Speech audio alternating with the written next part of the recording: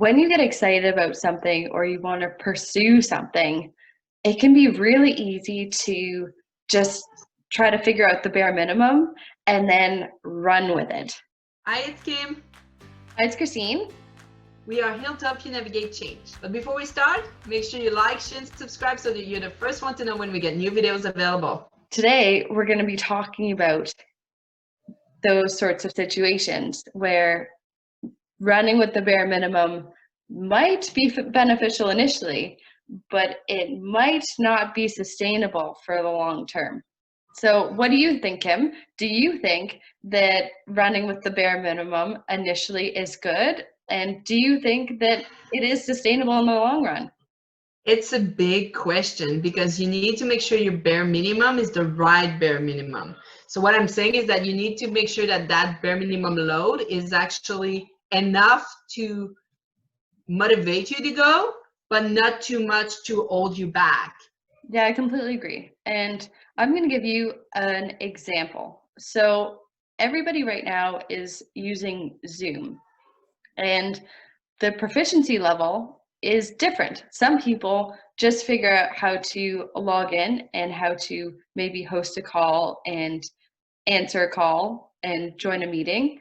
Other people have taken the time to figure out how to schedule meetings, how to do conferencing with multiple people, how to manage groups of maybe like 20 or 30 people and try and figure out how to make it so that everybody's voice is heard. So if you're somebody who just figured out how to use Zoom and you're using it for a business platform, but you're kind of ignorant in a way, like you're not taking the time to learn what this platform can do, and then all of a sudden you have clients, you might not be able to deliver like an appropriate client service experience because you haven't taken the time to figure out Zoom. And obviously initially everybody was kind of in the beginning phase, but if you really haven't and it's been months, this might not be that great for you.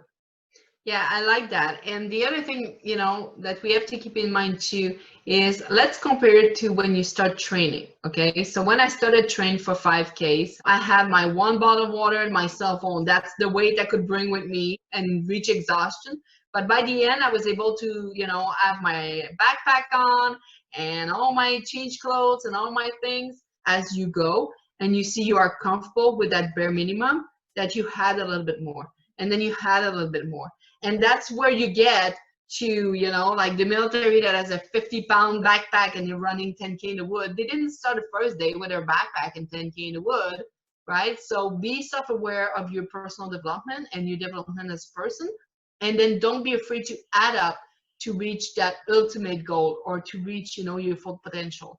I love how you use the running example because even if you apply it to something like a marathon, a bottle of water and a cell phone can get you far for like a couple hours, but then at some point you're going to need snacks and everything else. So when it comes down to figuring out what's next, a lot of times there's that fear of, okay, that means I have to be vulnerable and maybe ask somebody for help, or that means that I have to take precious time to learn more about, let's say, this Zoom software. If you can really wrap your head around the idea that if you do these short-term things, it can really benefit you in the long run, even if it might take time or even if you might have to be vulnerable and ask for help.